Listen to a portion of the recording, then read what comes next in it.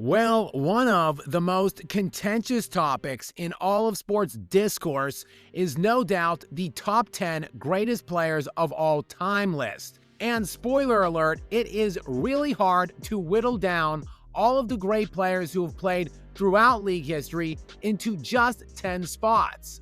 Some lists vary greatly from others, and frankly, most lists boil down to the individual making them and what they hold to be most important, an eye of the beholder type thing.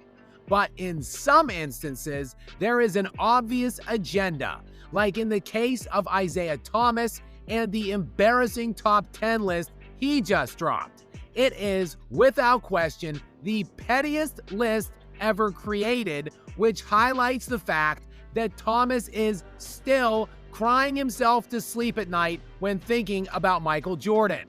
The glaring inadequacy he feels towards GOAT Jordan is just oozing out of this list. I mean, it isn't sad enough he put LeBron James at number 1, an obvious shot directly at Jordan, but he doesn't even have Mike in the top 5 on this list. In fact, how does number 8 grab you? 8th all-time for Michael Jordan, according to Isiah Thomas, behind LeBron James, Kareem Abdul-Jabbar, Magic Johnson, Larry Bird, Bill Russell, Will Chamberlain, and, wait for it, Shaquille O'Neal. Yes, Shaq at 7 over Michael Jordan at 8, then Tim Duncan and Kobe Bryant to round out his top 10. And how did Michael Jordan hurt you, Isiah? Show us on the doll where he hurt you, buddy, because this is so utterly laughable. There must be some big-time beef still percolating between these two. Now look, I'm not even going to bother to address the entirety of this list, but Shaq, stop the nonsense, Zeke, because you just exposed yourself. If you don't realistically think Jordan is the GOAT, look, there are guys that can be argued over him. Like, sure, if winning is the be-all and end-all for you, you can make a case for Bill Russell, who, albeit played against only 8 to 14 teams in the NBA, during the span he won his first to final title. And yes, he also played with anywhere between 6 to 8 other Hall of Famers to win all of those rings. But Russell did win 11 NBA championships in a 13-year span, which included 8 straight.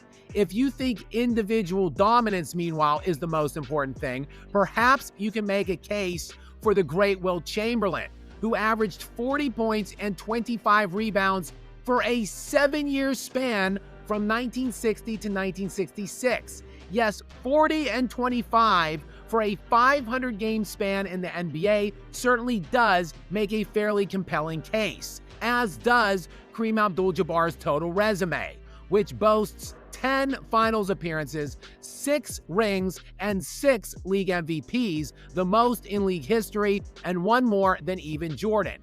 Yes, cases can be made for like 1 or 2 guys, but 7?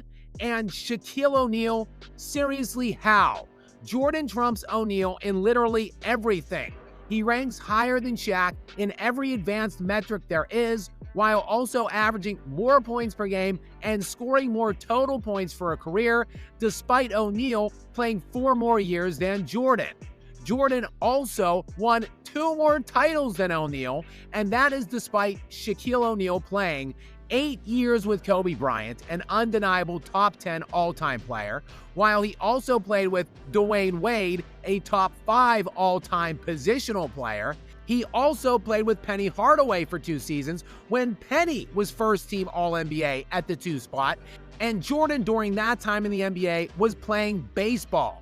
Shaq then played later in his career with prime MVP LeBron, MVP Steve Nash and his Phoenix Suns, and the Big 3 Boston Celtics. All of that to win 2 fewer rings than Michael Jordan in several more seasons. Yeah, this list by bum-ass Isiah Thomas is a total and complete abomination and is indicative of a much larger beef between these two, one in which I will be doing a deep dive into and posting about tomorrow morning at 10 a.m. Eastern Time.